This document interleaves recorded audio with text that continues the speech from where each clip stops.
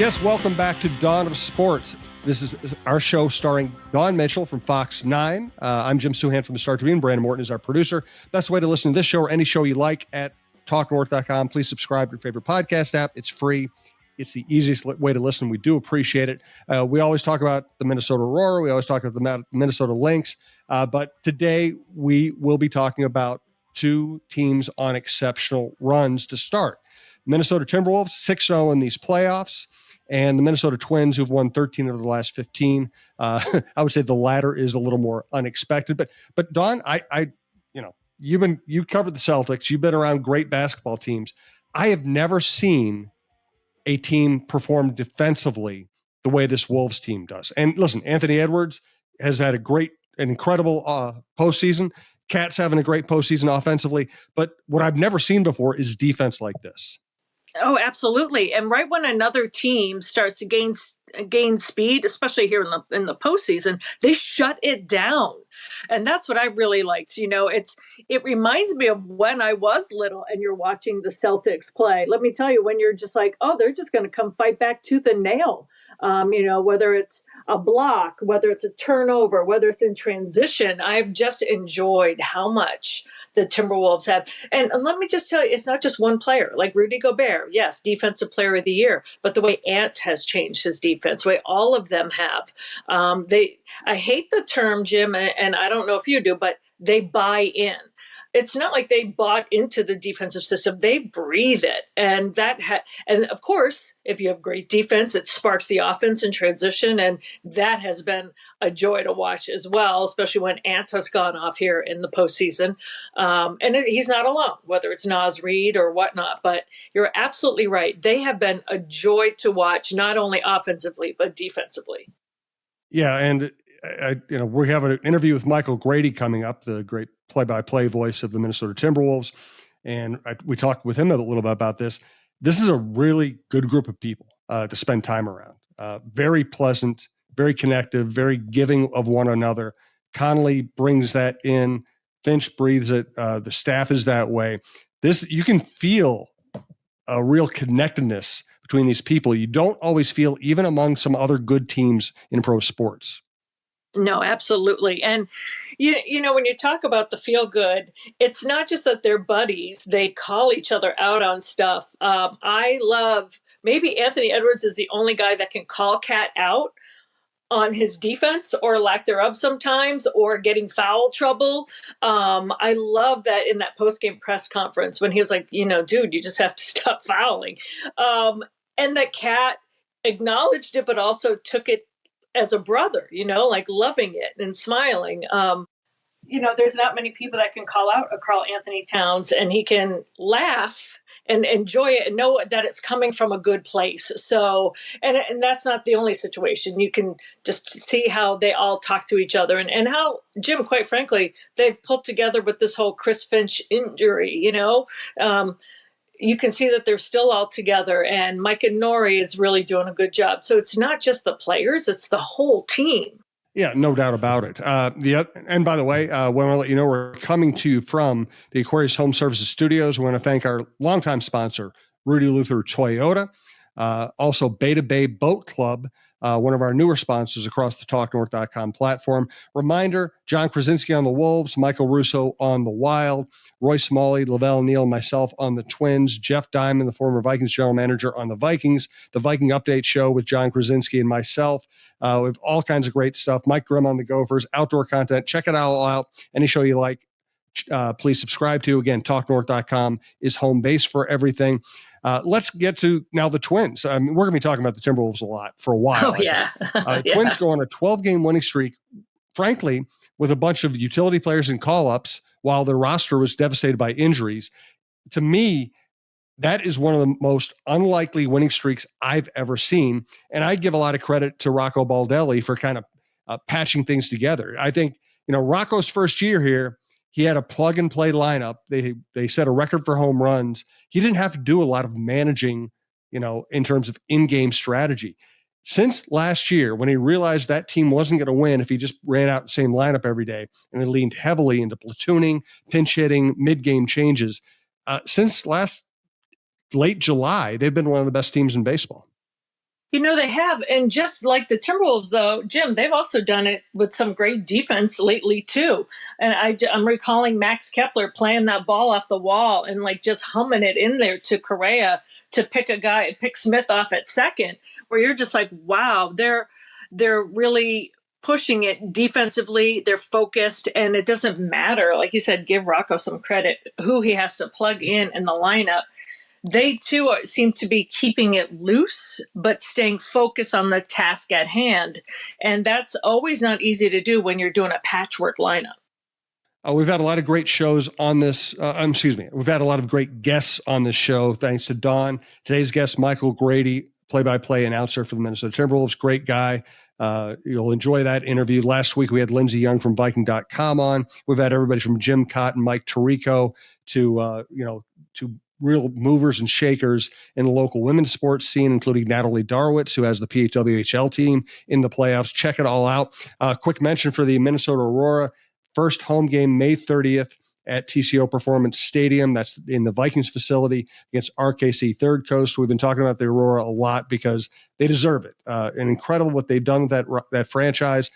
Go to Minnesota Aurora's website or Ticketmaster to find tickets. They usually sell out. I recommend getting them ahead of time. Great place to bring your kids. Great place to go if you just like soccer. In terms of the Minnesota Lynx, because we always want to highlight women's sports as at least part of this show, I think the person to watch this year, we know that McBride's a good player. We know that Uhas is a promising player. We know that Collier is a great player. I think Courtney Williams, how she and Natisha and Heidemann end up handling the point guard position. Can they finally settle down the point guard position for a roster that has been struggling there since Lindsey Whalen retired? That's the person I'm watching this year.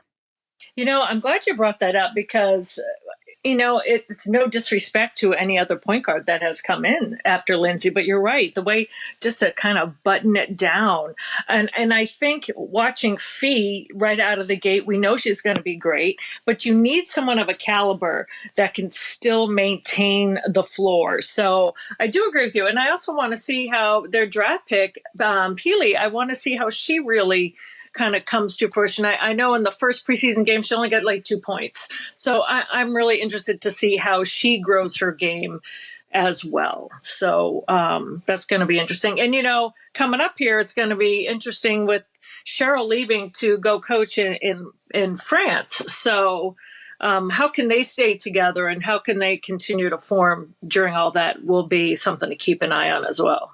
Yes. And as far as Peely, Cheryl put herself out there with that draft pick because she could have stayed where she was and taken Angel Reese, who is a pretty, plug and play performer. Peely's a little more of a project. So we're really interested to see how she develops over the years. I don't think we should make a judgment on that early in the season, but over time, it'll be interesting to see who has the better career. Exactly. As for Aurora, I want to do a little plug. You can watch all the Aurora home games on Fox 9 Plus. So we love that very much. And coming up, we have this new show, Jim, that I debuted last weekend. We had Cheryl and Carly Knox on the show. It's called Unscripted with Don Mitchell. It's on Friday nights at 10:15. It takes a place of my Sports Now show. And it's where I can have almost like how you and I have been doing this the whole time, but sit down interviews with these players and coaches and just get to know them a little bit. And I do sit down, speaking of Minnesota Aurora, coming up, it'll be right before their home opener, the Friday beforehand, with their brand new head coach, Colette Montgomery. We've had her on the show here.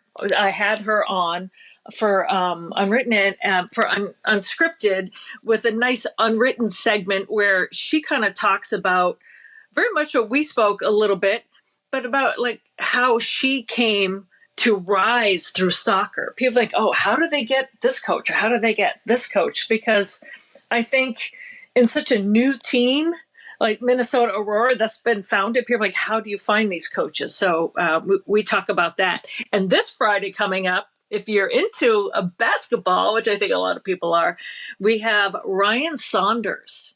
So he's an assistant now at the Nuggets, coming back here to Minnesota for obviously the playoff games that's coming up Friday. But he talks about how he fulfilled the dream of winning an NBA championship last year with the Nuggets, and we talk about how proud his dad Flip would have been. So we got a lot coming up on Fox 9 as well, if you guys like to tune in. So thank you for that, Jim. Congratulations. That's really good stuff. And Ryan Saunders is a really good get right now.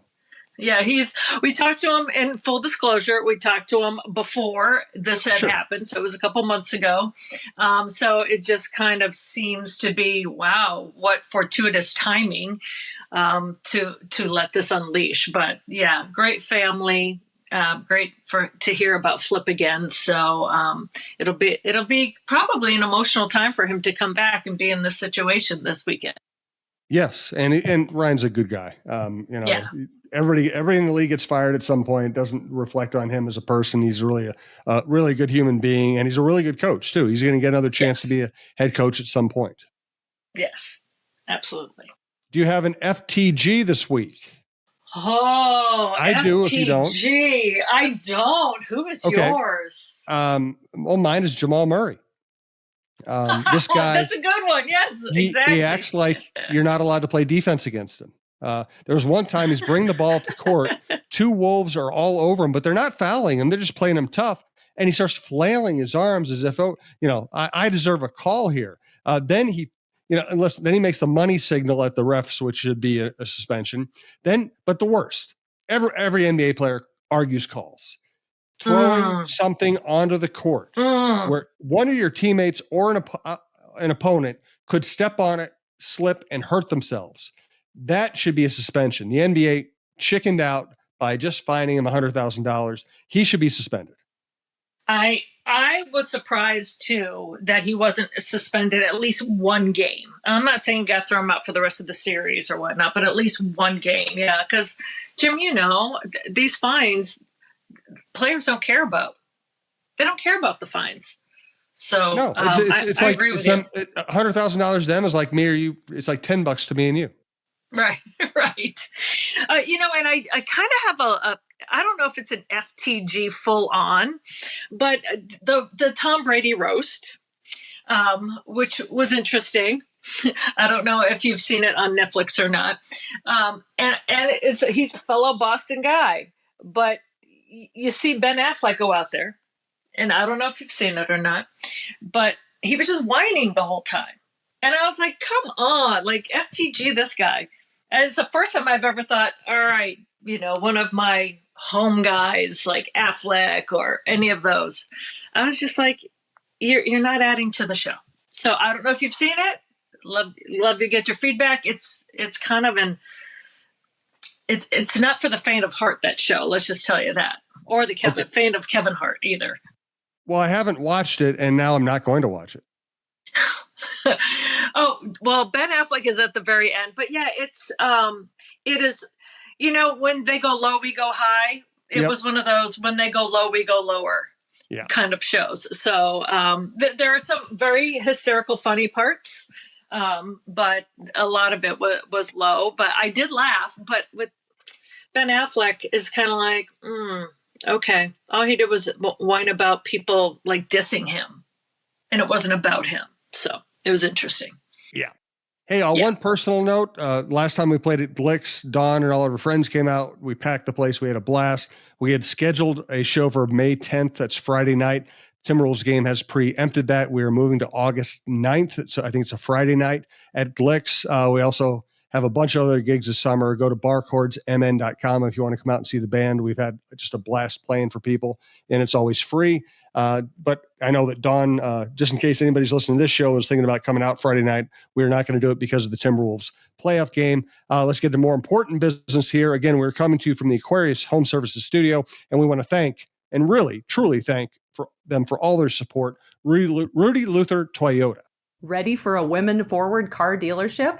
Rudy Luther Toyota empowers their many women on staff in sales, management, and service. Whether you are looking for a new Toyota or pre-owned vehicle, Rudy Luther Toyota has something for everyone. Every vehicle comes with a Luther Advantage. 10 cents off fuel and car wash discounts at holiday stations, Luther Advantage warranty, and 5-day return policy on pre-owned vehicles. Located just 5 minutes west of downtown Minneapolis, off 394 and General Mills Boulevard. And they're also hiring. Want to join the team but don't know where to start? Visit RudyLutherToyota.com today. We also want to thank one of our newer sponsors across the TalkNorth.com platform, Beta Bay Boat Club. Beta Bay Boat Club offers a limited number of season-long memberships in our private club and half-day or full-day pontoon boat rentals on Lake Minnetonka.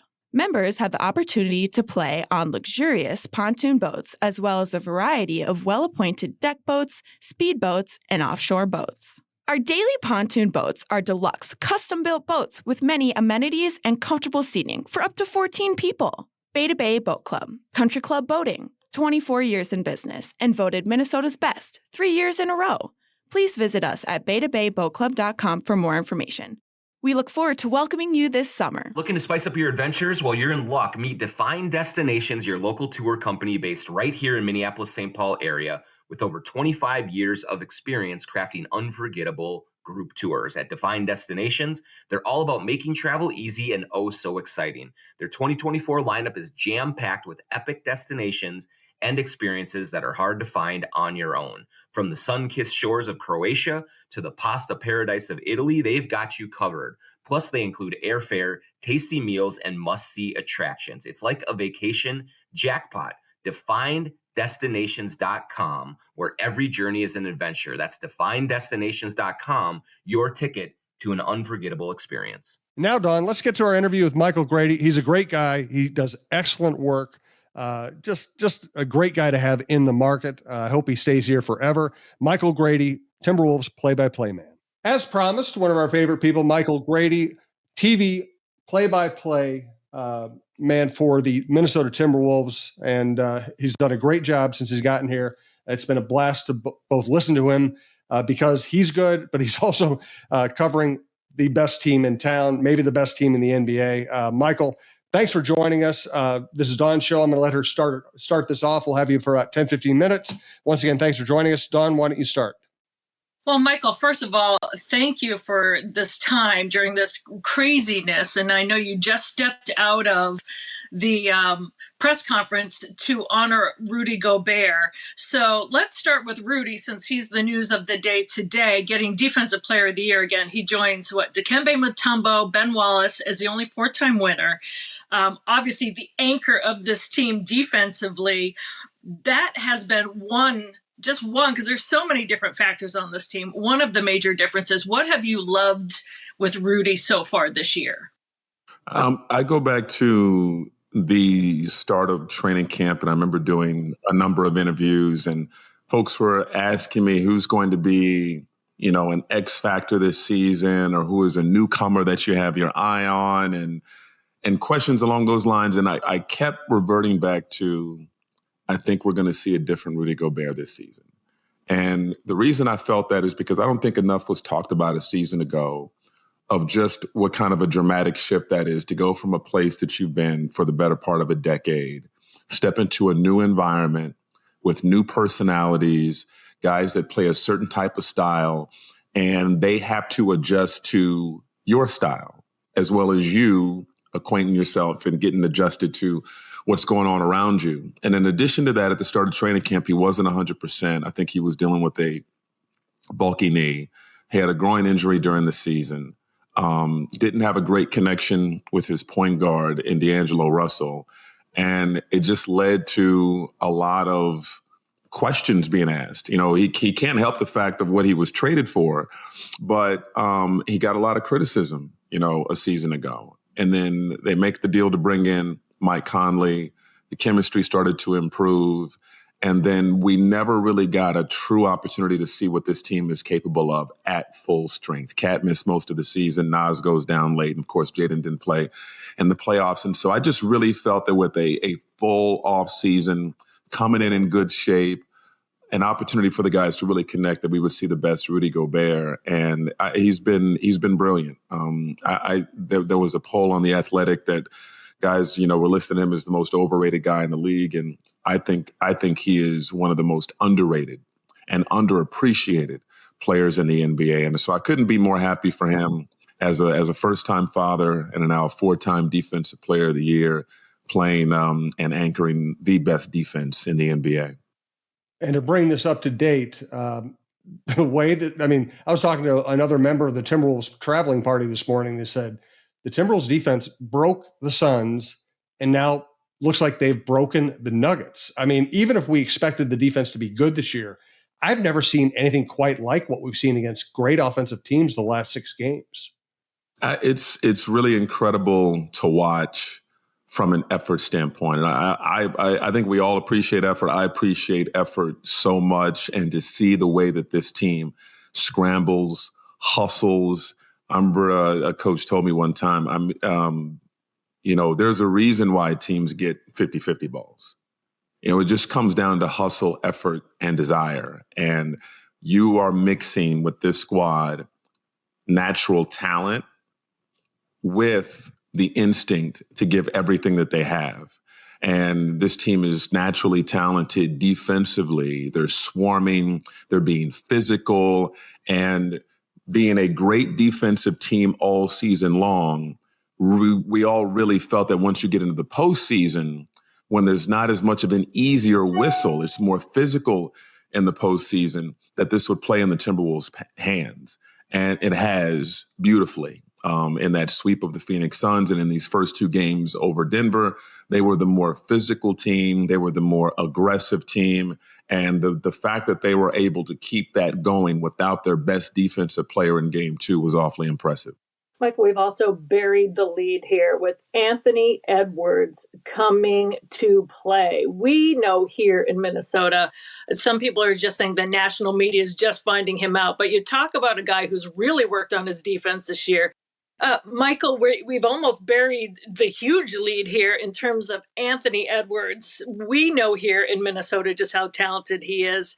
Some people now on the national level seem to just be discovering him.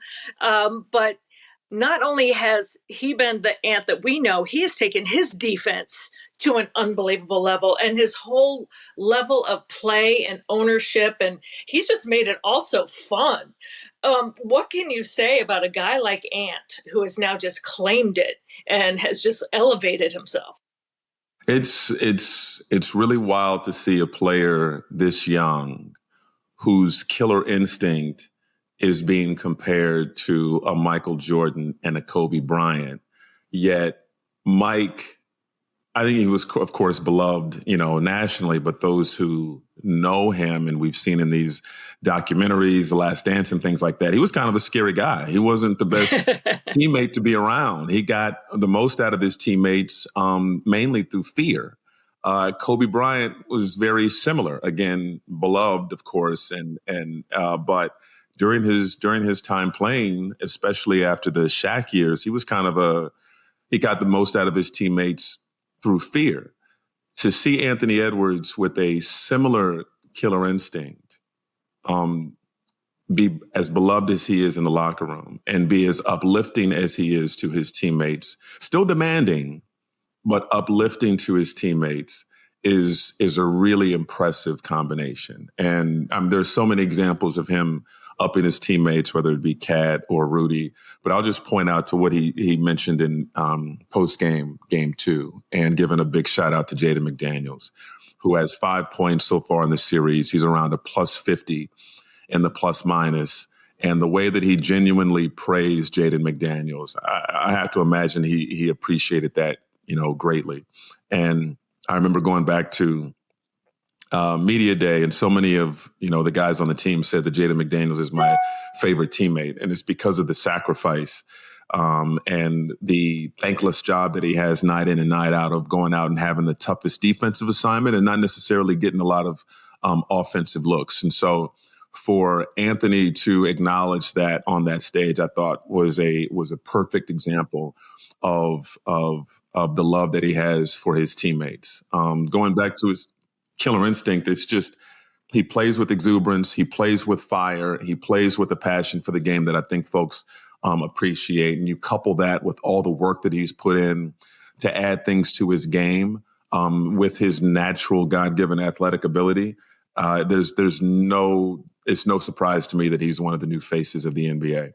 Yeah, just to follow and piggyback up on that, when you saw how Kevin Durant in the midst of a game was even smiling and laughing, like acknowledging that, hey, this is basketball. So it's almost like he had the respect and the love of KD, even though they were going at each other. Absolutely. And, I go back with KD during our time together in Brooklyn. And one of the things I learned quickly about Kevin is he loves hoopers. He loves guys that just are passionate about the game. And that may sound funny to say to some when we're talking about NBA players, but there are a lot of NBA guys who are preoccupied with a lot of other things. And Anthony Edwards has a lot of things in his life that he's passionate about, but when he steps in those doors in the facility over at Mayo Clinic, when he steps onto the court at Target Center, it's just basketball. And Mike Conley said this about him recently. He's the first one in the gym, last one to leave. It's just about hooping. And Kevin respects that. And Kevin has that fire in him as well. And I think he sees things in Anthony Edwards that he recognizes in himself. And so though the saying game recognized game, I think that was a classic example of that. And one thing you're hitting on, Michael, is something I've noticed. A lot of people have asked me about this team. And I say, I've covered a lot of good teams. Good teams aren't always the most fun to be around. Sometimes you have somebody in there who, is productively difficult. I feel like this team, from Connolly to Finch to the coaching staff to the players, is about as pleasant a group as I've ever been around. I'm wondering what you think about that. Yeah, I think for me, what I respect the most is that they are keeping the main thing. I've been around teams where they may have been pleasant to be around, but there may have been some bickering amongst the group. The chemistry wasn't that great, and it ultimately led to self-sabotage. What I appreciate about this group is that they truly care about each other. They truly ride for each other, even though we're talking about a number of different personalities. And they keep the main thing, and that's going out, battling, and competing night in and night out. There is no way that you see the defensive performance that we've seen all season, mind you, but there's no way that we see the defensive performance that we saw in Game 2 if it weren't for the fact that they are so deeply connected on a string and care about each other and supporting each other. It's like a trust fall when you talk about how connected these guys are defensively. And I've got your back no matter what. I'm coming over to double. So I know someone else has got my back as far as scrambling once the ball rotates. They just really, really compete and battle for each other. And I appreciate that as a basketball fan so much. And they're just really a joy to watch. A guy goes down, a teammate will say, stay down until they go over there and help them up. The way that they support each other, the way that they, love each other and battle for each other, is just really fun to see.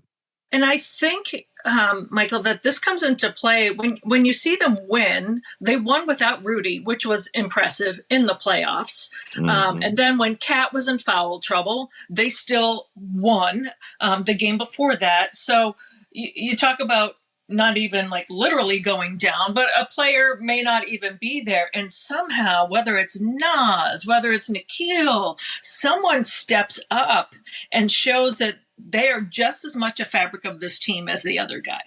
Do you find that to be true? Yeah, no question. And, I think it was in Game 1, headed into the fourth quarter. I think Rudy Gobert said something to Nas Reed, who was kind of struggling with his shot, had a few turnovers, and wasn't having a strong game through 3 quarters. And we all know how talented and gifted Nas Reed is as this NBA Sixth Man of the Year. And Rudy had mentioned after the game that he said a few words to him about blocking out all the noise and just going out there and being yourself. And Nas went out there and had a tremendous fourth quarter. And there have been so many examples of that, of whether it's Mike Conley saying something to a teammate, Anthony Edwards getting after his guys and encouraging them. All the veterans, the young guys, they all are uplifting each other, as opposed to, and again, I've just seen it with other teams where something's not going right with a teammate and guys pout. And it makes a bad situation go get even worse. And so it doesn't matter who it is, whether we're talking about a Jaden McDaniels and the support that he's going to receive and understanding that he's an X factor in this series and beyond, a Nickeil Alexander-Walker coming off the bench. It doesn't matter who. Jordan McLaughlin could get an opportunity, and they're going to uplift J-Mac. So it's just a truly connected team where everybody believes in each other, and it just adds a confidence that it doesn't matter, even if you're struggling for 3 quarters, you're going to have the support that you can come through when your team needs it most. One more question for Michael, because Michael and I have to go over to Timberwolves practice. They still have a few games remaining, I believe. One thing I really appreciate is when I cover general managers, sports bosses who can prove they know so much more than the average fan or even the average scout. And 2 moves really strike me with Tim Connelly. A lot of people didn't like the Gobert trade when it was made. A year later, they had enough evidence they could really bash the trade. Connelly stuck with it. And the trade of D'Angelo Russell for Mike Connelly and Nickeil Alexander-Walker, an aging point guard and a guy nobody knew much about. And for that trade to have turned out as well as it does, 2 of the 7 best players and what might be the best team in the NBA, he got for a guy that the Wolves wouldn't have even re-signed. I love watching Connelly operate. What's your impression? Well, there are a lot of Twitter GMs and a lot of talking heads on television that have a lot of strong opinions. And as far as the talking heads, they get paid to give strong opinions. But no matter what people may feel in the moment, nothing matters except what we see on the basketball court. And as I mentioned earlier with Gobert, I felt like the assessment overall last season was unfair given everything that he was going through physically, mentally, and just chemistry and all those types of things as he got to know his teammates.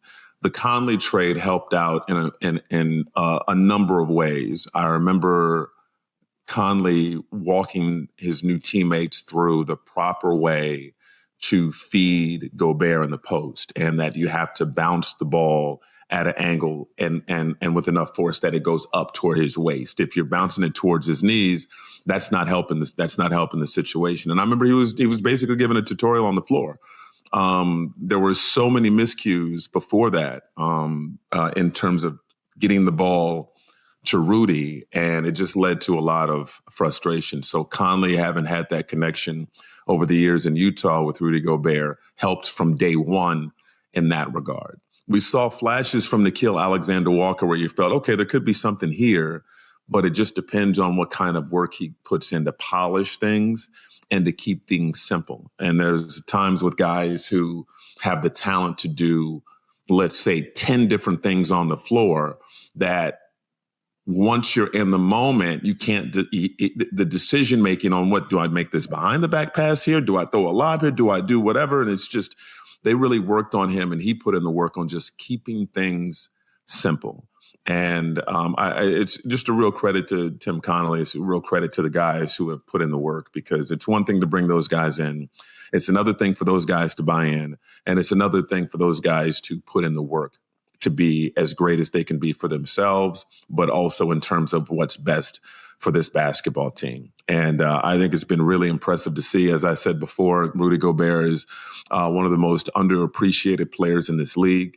We've long known that Mike Conley is the most underrated point guard in the NBA, not just for his play, but also as a teammate whisperer. And I think that's evident in him winning NBA Teammate of the Year award, getting the NBA Teammate of the Year award.